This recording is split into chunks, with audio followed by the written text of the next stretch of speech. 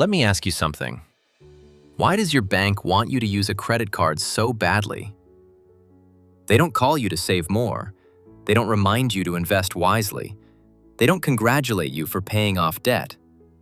But they will. Approve you instantly. Increase your limit. Earn rewards. Swipe now, pay later.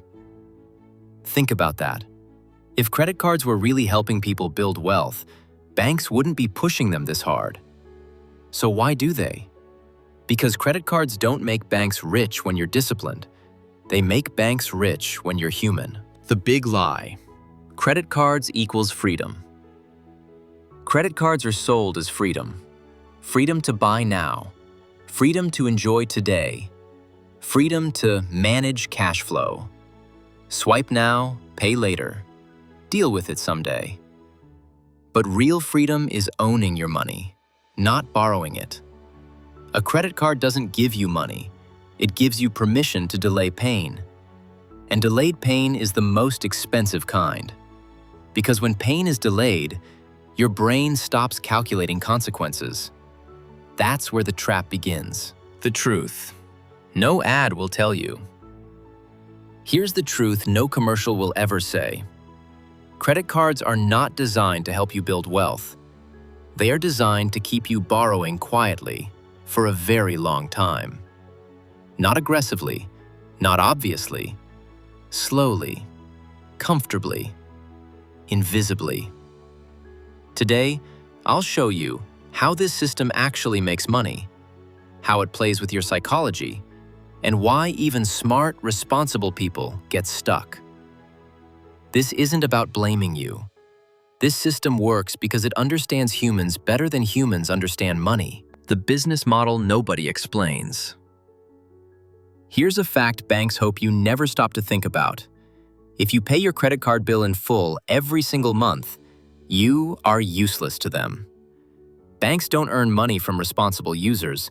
They earn money from 18% to 30% interest, late fees, penalties, balance transfers, and people who carry debt year after year. The perfect customer is not reckless. The perfect customer is someone who always pays something, but never pays everything. Someone who feels responsible, but remains permanently indebted. That's not an accident. That's the design. The minimum payment lie. Look at your statement. Minimum due, $40. Feels safe, right? Feels manageable. Feels responsible. But that $40 is not helping you escape debt. It's helping the bank keep you inside it. A $5,000 balance at 24% interest paid at the minimum can take 15 to 20 years to clear. And by the end, you may pay more in interest than what you originally spent. Minimum payments are not mercy. They're sedation. They keep you calm enough to stay trapped. Why swiping feels too easy. Paying cash hurts. Your brain literally feels the loss. Handing over physical money activates pain centers in your brain. But swiping a card? No pain, no resistance, just a beep.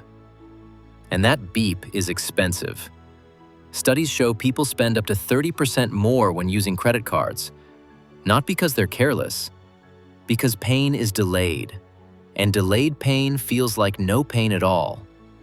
Until the bill arrives. Rewards are not free. Cashback, points, miles, free flights. You feel smart. You feel like you're winning. But here's the math they don't advertise. Getting $200 in rewards while paying $2,000 in interest is not smart. It's distraction. Rewards exist for one reason only: to keep you spending while ignoring the real cost. Banks don't lose money on rewards. They fund them with interest paid by people who couldn't resist. Congratulations, your limit increased. This is not a reward. It's permission.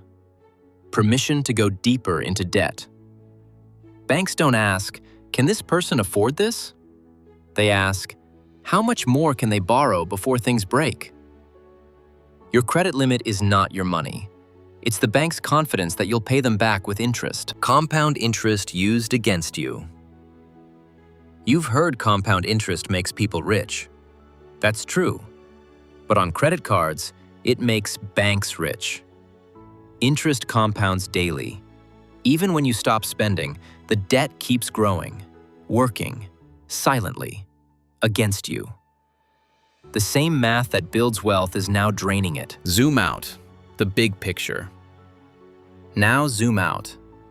People are still paying for dinners, phones, vacations they don't even remember. Meanwhile, banks post record profits every year. This system isn't broken, it's perfected. It doesn't trap everyone. It just traps enough people to keep the machine running. How to avoid the trap? So, how do you avoid it? Credit cards are tools, dangerous ones. If you use them, pay in full, always. Ignore minimum payments. Never buy what you couldn't pay cash for. Stop chasing rewards. And if you carry a balance, stop using the card. Because the moment you carry debt, the power shifts. Credit cards promise freedom. But without control, they deliver slow dependency. Not overnight, quietly. And once you see the trap, you get a choice.